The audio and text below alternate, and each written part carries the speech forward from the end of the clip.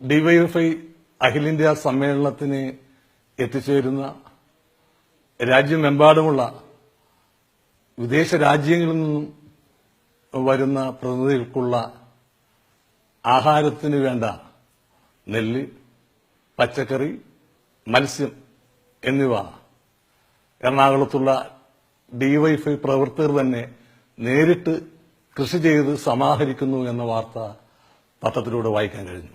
ജീവിതത്തിലെ സമ്പാദ്യങ്ങളെല്ലാം കൃഷിഭൂമിയായിട്ടുള്ള, ജീവിതത്തിന്റെ നല്ലൊരു പങ്ക് കൃഷിക്ക് വേണ്ടി മാറ്റിവെച്ചിട്ടുള്ള എനിക്ക് ഈ യുവാക്കളുടെ ഈ തീരുമാനം വളരെ ആവേശകരമായി തോന്നി.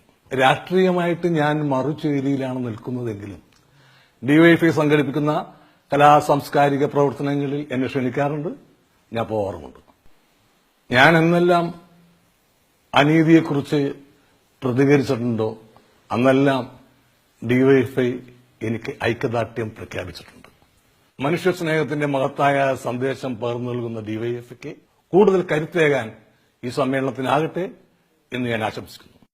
നാളങ്ങൾ ഇടിനാദങ്ങൾ പുതിയൊരു നാടിൻ സ്വപ്നങ്ങൾ. ഡിവൈഎഫ്ഐ 10ാമത് അഖിലേന്ത്യാ സമ്മേളനം ഫെബ്രുവരി 1 മുതൽ 5 വരെ എറണാകുളത്ത്.